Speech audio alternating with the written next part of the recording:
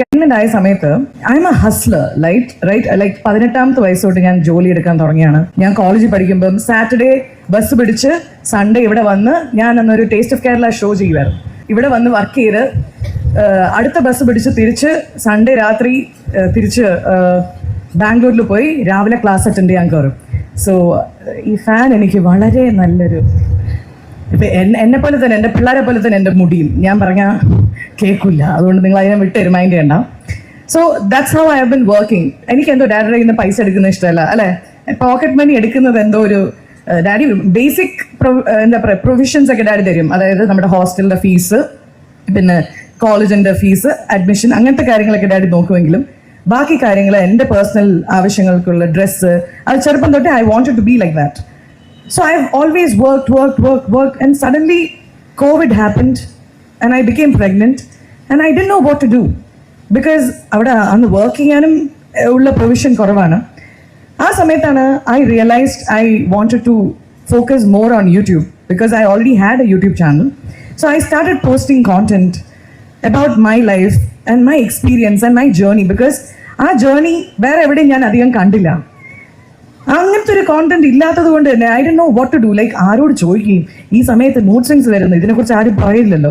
അപ്പോൾ എനിക്ക് തോന്നി അതിനെക്കുറിച്ചൊരു സ്കെച്ച് ഉണ്ടാക്കാം.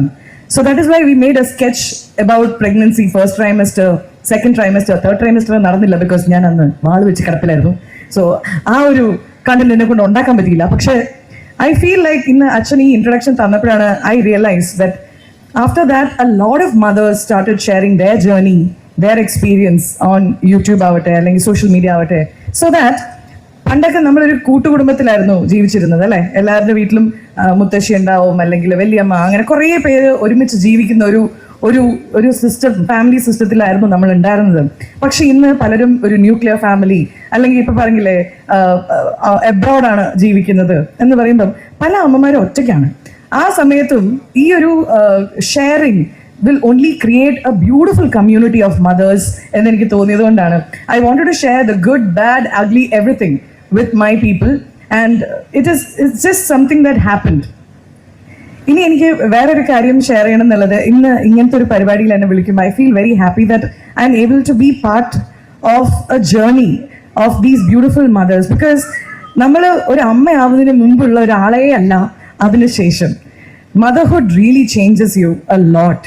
മദർഹുഡിന് മുമ്പുള്ള ഒരാളും അതിനുശേഷം വരുന്ന ഒരു കുഞ്ഞ് ജനിക്കുമ്പോൾ, ഒരു അമ്മ ജനിക്കുന്നു എന്ന് പറയുന്നത്, അതിനുശേഷം കാണാൻ പോകുന്നത് ആ അമ്മയുടെ ഏറ്റവും ഒരു പ്രൊട്ടക്റ്റീവ്, ഏറ്റവും ഒരു നേർച്ചറിങ് എന്ന് പറയും. നമുക്ക് തന്നെ അറിയാത്ത കുറേ കാര്യങ്ങൾ നമ്മൾ അന്ന് തിരിച്ചറിയും. ഓ, എന്നെ കൊണ്ട് ഇത്രയൊക്കെ ചെയ്യാൻ പറ്റുമായിരുന്നോ, ഇത്രയൊക്കെ കാര്യങ്ങൾ എന്നെ കൊണ്ട് ചെയ്യാൻ പറ്റുമായിരുന്നോ എന്നുള്ളൊരു ഫീലിംഗ് എപ്പോഴും എനിക്ക് വരും. ചില സമയത്ത് ഞാൻ ഇന്ന് ആലോചിക്കും, ഞാൻ ഇറങ്ങാൻ നേരം നിലു നിത്താരെ അവിടെ ഫുഡ് കഴിച്ചുകൊണ്ടിരിക്കുക, അപ്പം ഞാൻ അവരെ കൊണ്ടുവന്നില്ല, എൻ്റെ മമ്മിയുടെ കയ്യിൽ അവരെ ഏൽപ്പിച്ചിട്ട് ഞാൻ വരുമ്പോൾ ഞാനേക്ക് ഇത് എൻ്റെ പിള്ളേരാണോ, ആ ഒരു ഡൗട്ട് ഇടയ്ക്കിടയ്ക്ക് എനിക്ക് വരും. Because how did this happen? Because ഞാൻ എപ്പോഴും I am still shocked to see that I have 2 babies and I still would have 1 more baby if I had to because that's how beautiful the journey of motherhood is.